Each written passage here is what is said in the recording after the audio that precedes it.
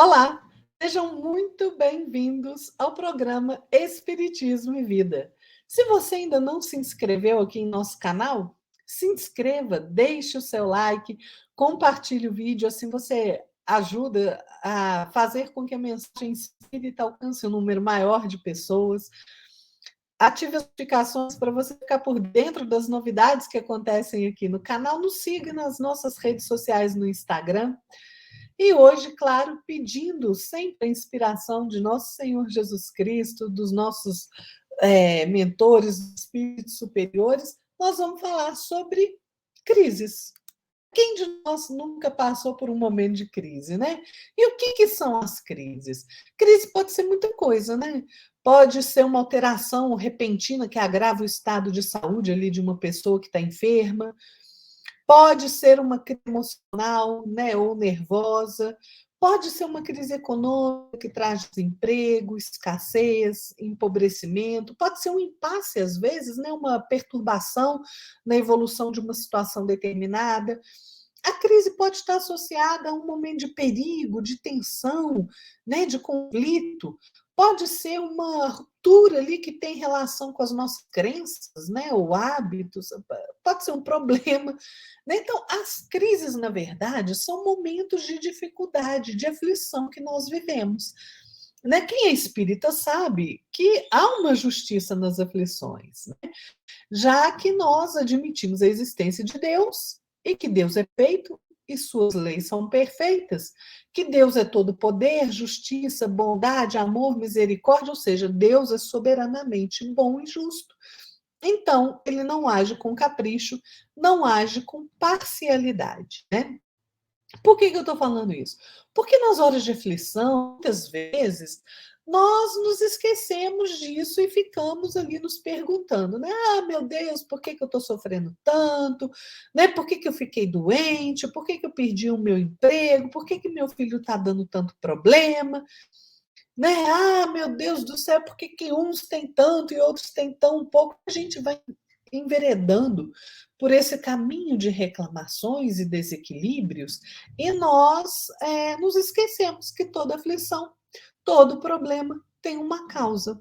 E se Deus é justo, claro que essa causa também é justa, né? O Evangelho segundo o Espiritismo diz que a causa das aflições tem duas origens, né? Ou a causa da aflição tem origem na vida presente, nessa existência, ou tem a sua origem em existências passadas, né? Mas, gente, no maior número de vezes, nós mesmos é que somos o autor de nossos próprios infortúnios na vida, né? A gente pensa assim, ah, meu Deus, né? Essa vida, você está ali nessa encarnação se esforçando tanto para ser uma pessoa melhor e de repente vem um momento de crise, uma doença ali difícil, né? Que progride rapidamente. Você fica pensando, meu Deus, o que eu fiz para merecer isso? A gente se esquece de olhar para trás, né? A gente esquece de olhar para as nossas outras existências, né? Então, lá no Evangelho segundo o Espiritismo tem uma advertência perfeita a esse respeito, né?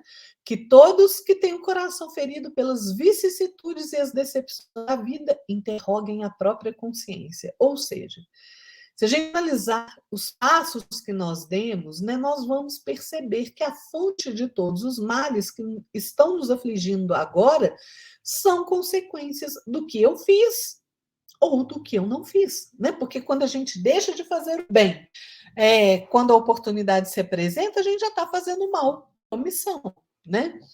E a gente percebe que a lei humana ela é imperfeita, né? Muito imperfeita. Ela deixa de alcançar, ela deixa de punir várias coisas que são consideráveis ali aos olhos do Pai condenáveis. Só que Deus vê o progresso de toda criatura e ele, através da sua perfeita lei de amor, de justiça, ele não deixa impune nenhum único desvio do caminho reto que nós devemos seguir. Deus não castiga, gente, mas a nossa consciência nos impõe a necessidade de reparação, né? Então, nenhuma falta, nenhuma infração à lei de Deus, por menor que seja, vai ficar impune, né? Nós sofremos as consequências inevitáveis das nossas faltas. Então, a dor que a gente sofre hoje, ela é consequência do que a gente fez ontem. é uma advertência que nós andamos fora do caminho do bem, né? E se nós não passássemos por esses momentos de aflição, nós não nos emendaríamos, não, a gente não ia corrigir a nossa caminhada, a gente só ia retardar o nosso adiantamento, né? O nosso aperfeiçoamento. Porque, olha, por outro lado, se a gente não passa pelas aflições, a lei de Deus seria como a lei dos homens, né? Eu posso fazer qualquer coisa que eu não vou ser punido, né? É igual a lei brasileira ultimamente, né? Posso roubar, posso desviar dinheiro público, posso traficar, posso mandar matar, posso corromper, que nada acontece comigo, né? Eu fico impune, estou solto, meus processos de justiça prescrevem. Mas a lei de Deus não. A lei de Deus é perfeita. E quando muitas vezes, lá no fim da nossa encarnação, da nossa vida, a gente se dá conta do que a gente fez e do que a gente deixou de fazer, meu amigo, nós começamos a pensar e a pesar as nossas atitudes, né? E a gente entra, às vezes, numa sintonia de culpa, né? Numa vibração de culpa, porque a gente fica assim, olha, nossa, né? Se eu soubesse o que eu sei agora, eu teria agido diferente. Né? Se eu soubesse disso, eu não teria feito aquilo, né? Ou teria feito de outra forma, né? Mas agora o que vai acontecer? Já perdi minha existência, né? Não tenho mais tempo. Pois é. Aí nós vamos chegar no mundo espiritual de forma lastimável, né? Só que como Deus é justo e misericordioso e bom, ele nos ama profundamente. Ele nos dá nova oportunidade de recomeçar, né, de iniciar uma nova jornada através da reencarnação, para que nós aproveitemos a oportunidade de então nos melhorarmos, né? Então, as aflições, elas têm causas na existência atual que a gente está vivendo ou em outras existências, né? E a justiça de Deus, gente, não falha, né? Graças a Deus que a sua justiça, a sua misericórdia, o seu amor por nós, graças a isso, ele nos permite passar pelas aflições, porque é oportunidade de reparação dos nossos erros, né? E as aflições no mundo têm sido muitas, né? Emmanuel, através da mediunidade de Chico Xavier, né, pela psicografia de Chico, traz uma mensagem muito esclarecedora no livro Encontro Marcado, né? Que tem lá, Ante as Crises do Mundo, é o título da mensagem. Emmanuel vai nos orientar qual deve ser o nosso comportamento individual perante as crises da sociedade humana. Porque se a gente passa crise individual, a sociedade também passa, a humanidade passa crise. Emmanuel vai nos explicar que o mundo se encontra em renovação incessante, assim como nós. Nessas horas que a gente está vivenciando de transformações essenciais, né, que é o período de transição planetária, é compreensível que a Terra pareça ali uma casa em reforma, né? Tudo revirado, né? Tudo de perna para o ar. Mas é temporário, né? Esse tormento é temporário. Acontece pela transposição de linha, pelo reajustamento de valores tradicionais. Emmanuel vai dizer assim: tudo em reexame, a fim de que se revalidem, ou seja, de que se dê nova validade, né? Dê mais força de direito, né?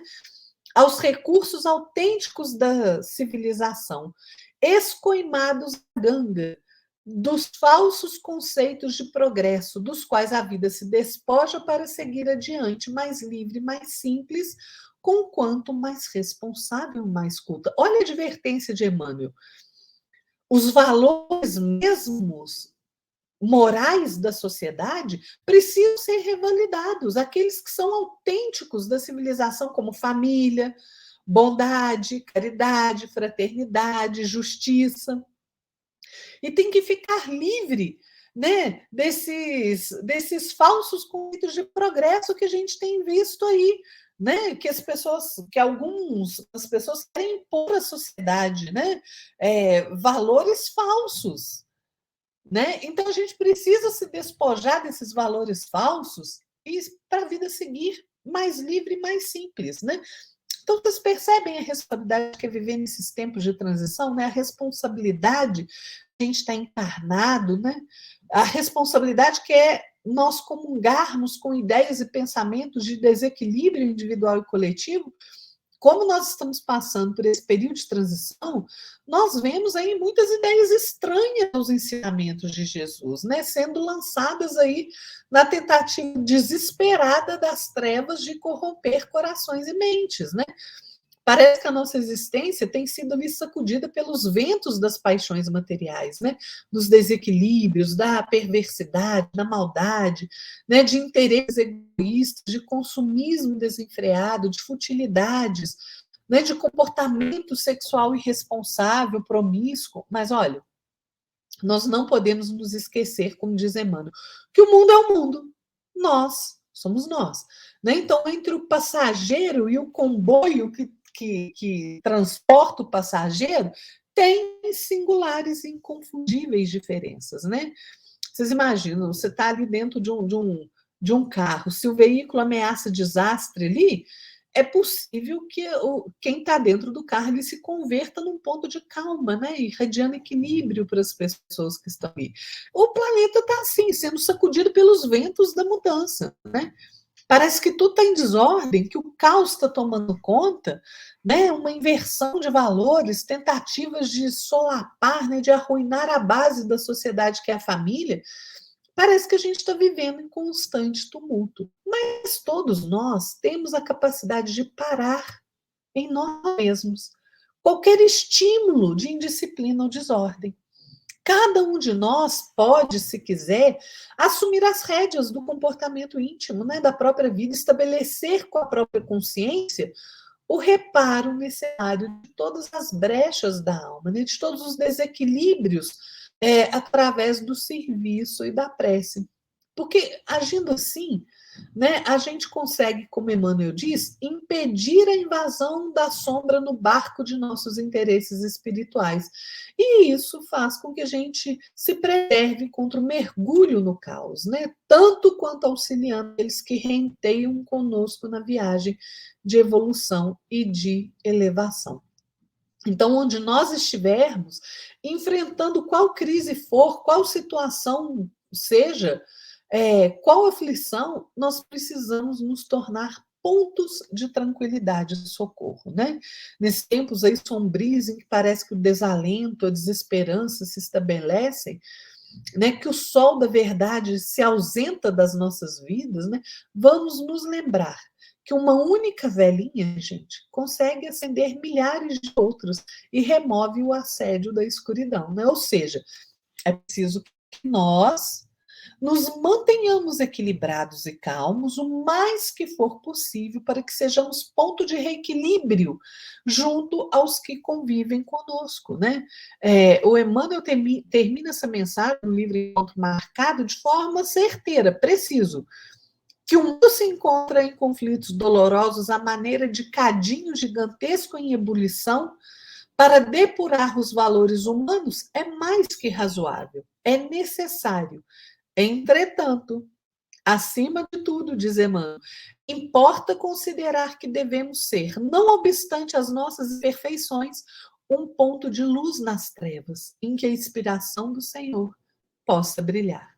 De nós mesmos depende, através da resignação e do trabalho no bem, tornar proveitoso o sofrimento diante das crises, das aflições, para que nós não nos percamos em reclamações, em posturas desequilibradas, que não nos farão recomeçar de forma atabalhoada, né? Mas que façam com que nós recomecemos a nossa caminhada por termos ali perdido a oportunidade e faça com que nós nos melhoremos, né? Eu quero terminar essa nossa reflexão aqui com um texto de Maria Dolores chamado Amor e Fé. Está no livro Tesouro de Alegria, psicografado por Chico Xavier, em que ela diz assim: quando te vejas, coração amigo, sob o clima violento das crises de tristeza e sofrimento, não te deixes vencer. Nos momentos de sombra ou de perigo, mantente na esperança em que te elevas. Cada noite, envolta em trevas, é prelúdio de novo amanhecer. Procura meditar e ver mais longe. O apoio natural em que te escudas é tecido no amor de forças mudas, desde os astros ao chão. A terra não discute, o sol não fala. Nada te pede, a vida floresta opulenta. E a riqueza do ar que te alimenta dá-se de todo sem reclamação. A flor que te perfuma é silêncio e beleza. A fonte não opina, apenas canta. Não tem forma verbal a força agreste e santa que assimilas do mar. As bênçãos que te cercam dia a dia, proteção, segurança, alegria e defesa, nascem da natureza, fonte viva de amor que não cessa de amar. Trabalha, regozija-te e perdoa, ampara sem cobrança e auxilia qualquer. Não saiba a mão esquerda o que a direita der. Esta é a lição do Cristo ante crentes e ateus. Não temas caminhar, serve e prossegue. Resguarda-te na fé alta e sublime. Segue fazendo bem, nada te desanime, porque trazes contigo a presença de Deus. É isso aí, pessoal. Fiquem todos na paz de nosso Senhor Jesus Cristo e até a próxima. Tchau!